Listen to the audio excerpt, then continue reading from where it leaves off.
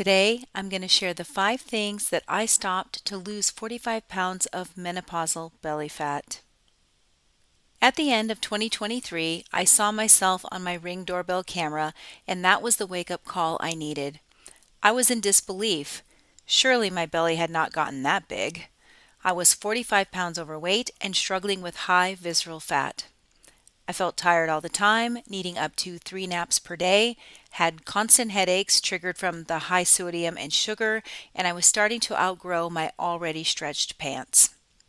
I realized the weight loss tricks that worked in my 20s were no longer working for me at 51, and I didn't have a clue why.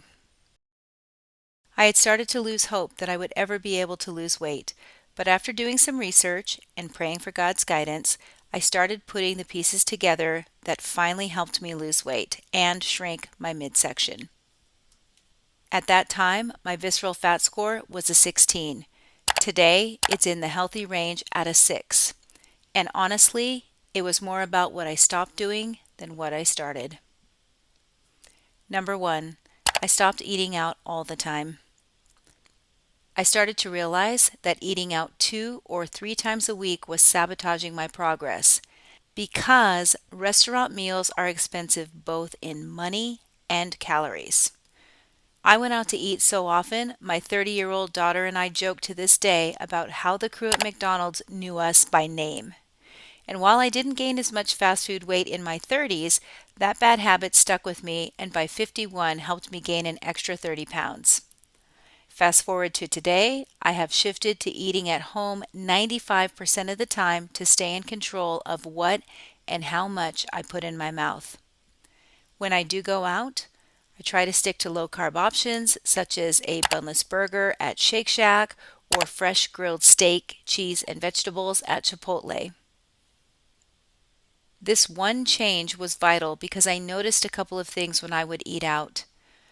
First of all, still to this day, every time I go out to a restaurant, it's very difficult for me to feel full until I have way overeaten to the point that I feel sick.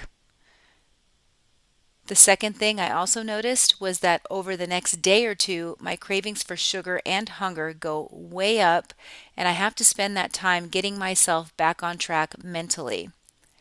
The way that I counteract that is I have a bulletproof system now for getting back on track, but I still have to go through the withdrawals every single time for the next day or two. The second thing that I stopped doing was I stopped sitting all day long. For a long time, I spent my entire day sitting at my work desk or scrolling on my phone. In fact, I sat so much that I had to buy a special cushion to sit on because I was starting to get tailbone pain. I also learned through blood work that I had a vitamin D deficiency, and this was because I just simply wasn't spending enough time outdoors. So I made a commitment to get up and go for regular walks for at least a half an hour per day. Now I make it a priority to get fresh air and sunshine every single day. This includes nightly walks for about an hour as often as I can with my daughter and doing as much non-exercise activity like decorating my home. This helps me feel more productive, energetic, and I love the way my home looks and feels. Number 3, I stopped eating every 2 hours. I used to snack every 2 hours because insulin resistance and a high sugar diet kept me feeling hungry all the time. Many days I would find myself sneaking back into the kitchen cupboard to eat some chocolate or a cookie or a couple of cookies multiple times. I just created this ongoing loop of low blood sugar, followed by a sugary snack, then a spike in blood sugar, and then another crash. And each time I was left feeling exhausted. When I switched to a low-carb lifestyle, that was the key to breaking this cycle and unexpectedly reducing my appetite, cravings, and food noise. This made it a lot easier to naturally cut back on calories because I wasn't feeling hungry all the time, whether it was real or perceived hunger. The fourth thing I did was I stopped relying on willpower. One of the things I learned in the beginning of my weight loss journey is that willpower alone isn't enough. As the day progresses, willpower will leave you. I used to bring leftovers home after having a treat meal, but I found that I was making it harder for myself to stick to my plan when I had that food sitting in the refrigerator. I would find excuses to eat it anyway, and ultimately I would give in. At that point, I realized I had to change my environment instead. If I kept the leftover dessert from last night's dinner out of the house, there'd be no reason to think about it.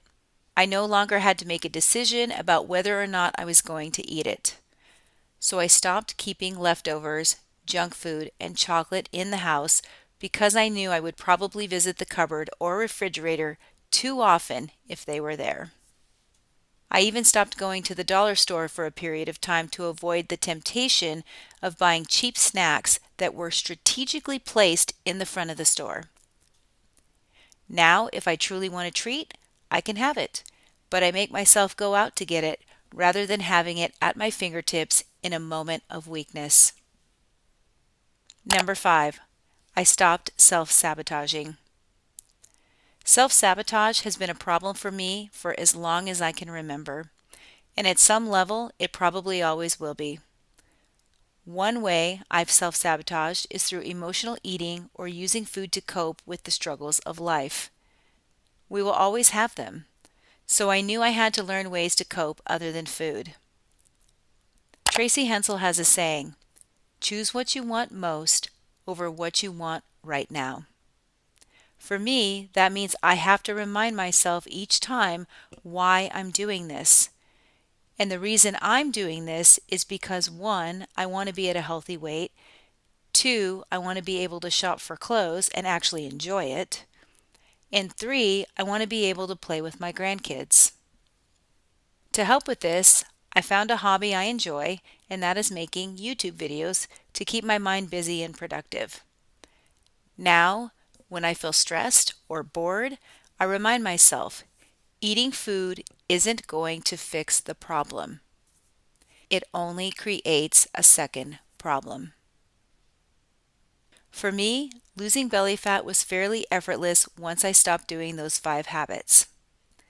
It's funny how a small moment, such as cringing when I saw myself on the Ring doorbell camera, could ignite such a massive change in my life. Today, I'm down to 130 pounds at 5 foot 2 inches. My waistline is back, and I finally enjoy shopping for clothes again. And I want that same feeling for you. If you're ready to see exactly what I started doing to lose those 45 pounds in my 50s, this next video in the end screen will walk you through that plan. Good luck.